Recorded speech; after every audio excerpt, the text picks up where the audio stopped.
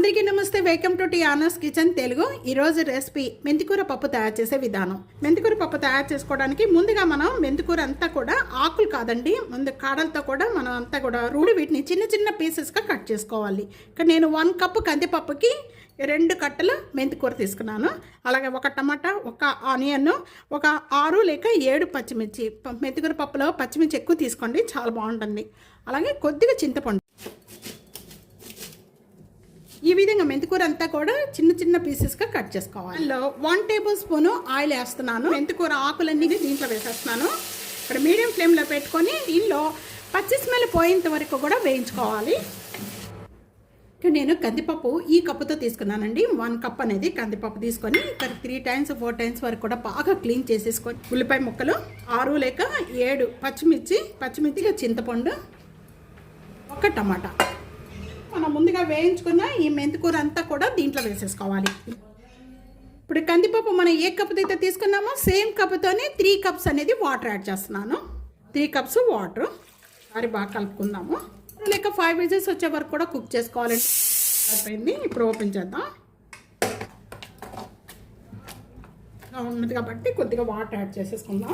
అంతా కూడా బాగా చిక్కగా ఉన్నా కూడా బాగుండదు. ఈ పల్స్గా కాకుండా మరీ చిక్కగా కాకుండా ఈ విధంగా పప్పు అంతా కూడా బాగా మెత్తగా మెరుక్కున్న పప్పులో ఇప్పుడు మనం ఉప్పు, టేస్ట్ సరిపడా సాల్ట్, 1/2 టేబుల్ స్పూన్ పసుపు, 1 టేబుల్ స్పూను కారం ఇవన్నీ వేసుకున్న వెంటనే కూడా మళ్ళీ ఒకసారి ఇదంతా బాగా కలుపుకుందాం.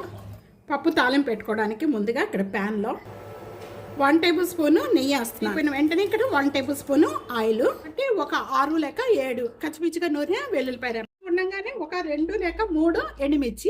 వెల్లుల్లిపాయ రెబ్బలు బాగా వేగినాయి అనుకోండి, భలే టేస్ట్ వస్తుంది. 1/2 టేబుల్ స్పూను జీరా, 1/2 టేబుల్ స్పూను ఆవాలు వేస్తున్నాను. వేగిపోయిన వెంటనే కూడా కొద్దిగా ఇంగువ యాడ్ చేస్తున్నాను. ఇంకా దీంట్లో మనం మెంతులు యాడ్ చేసుకున్న అవసరం లేదండి, మెంతికూర పప్పు కాబట్టి ఇంకా మెంతులు యాడ్ చేసుకున్న అవసరం లేదు. కొద్దిగా కరివేపాకు, కొద్దిగా కొత్తిమీర. ఇలా వేగిపోయిన వెంటనే కూడా చేసుకున్న ఈ పప్పు అంతా కూడా వేసేస్తున్నాను.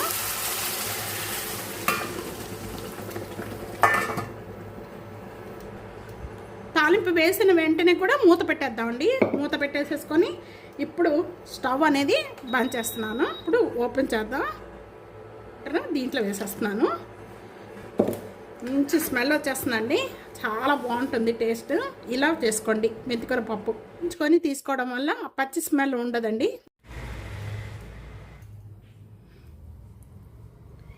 ఈ రెసిపీ ఇదే విధంగా ట్రై చేయండి, చాలా అంటే చాలా టేస్ట్గా ఉంటుంది. మీకు ఎలా ఉందనేది కామెంట్స్లో తెలియజేయండి. వీడియో నచ్చితే కనుక ఫ్యామిలీకి, ఫ్రెండ్స్కి video share and like, comment, subscribe చేసుకోవడం అస్సలు మర్చిపోదు friends. Thank you for watching.